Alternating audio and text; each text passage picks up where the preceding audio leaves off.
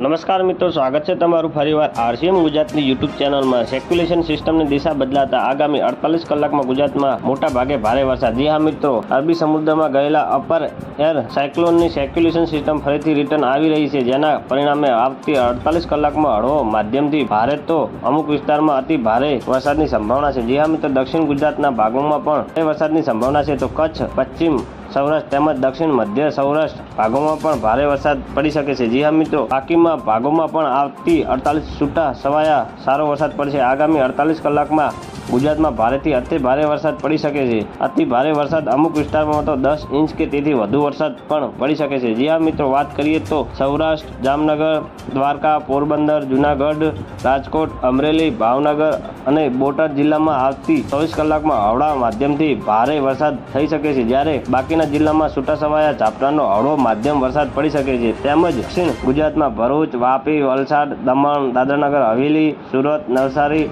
અને ડાંગ સહિત વિસ્તારમાં આગામી 24 કલાકમાં હળવા માધ્યમથી ભારે વરસાદ થશે, તો બાકીના વિસ્તારમાં ઝાપટાથી હળવો વરસાદ પડી શકે છે। જી હા મિત્રો, વધુ આગળ વાત કરીએ તો મધ્ય ગુજરાતમાં અમદાવાદ, આણંદ, ખેડા, નડિયાદ અને વડોદરા સહિત વિસ્તારમાં હળવા માધ્યમ વરસાદ થશે, ત્યારે ગોધરા, પંચમહાલ, દાહોદ, છોટાઉદેપુર અને મહીસાગર સહિત જિલ્લામાં ઝાપટાથી માંડીને છૂટાછવાયા હળવો વરસાદ તો અમુક વિસ્તારમાં મધ્યમ વરસાદ પડી શકે છે। મિત્રો, હજુ વાત આગળ કરીએ તો ઉત્તર ગુજરાતમાં રાધનપુર, દિયોદર, બનાસકાંઠા, સાબરકાંઠા અને અંબાજી સહિત ભાગોમાં હળવો માધ્યમ વરસાદ શક્યતા, તો બાકીના ભાગોમાં છૂટા છવાયા ઝાપટા તેમજ અમુક વિસ્તારમાં હળવા વરસાદની શક્યતા છે। જી હા મિત્રો, કચ્છમાં ખાવડા, નલિયા, ધોળાવીરા, માતાના મઢ, અંજાર, ભુજ, ગાંધીધામ અને માંડવી સહિત વિસ્તારમાં છૂટા છવાયો હળવો વરસાદ અને માધ્યમ તેમજ બાકીના વિસ્તારમાં ઝાપટાને લઈને હળવો વરસાદ તો આવતીકાલે સમગ્ર કચ્છમાં વરસાદની સારી સંભાવના છે। મિત્રો, ન્યૂઝની સતત જાણકારી મેળવવા માટે અમારી ચેનલને લાઇક, શેર અને સબસ્ક્રાઇબ કરી લેજો। ધન્યવાદ। જય હિન્દ।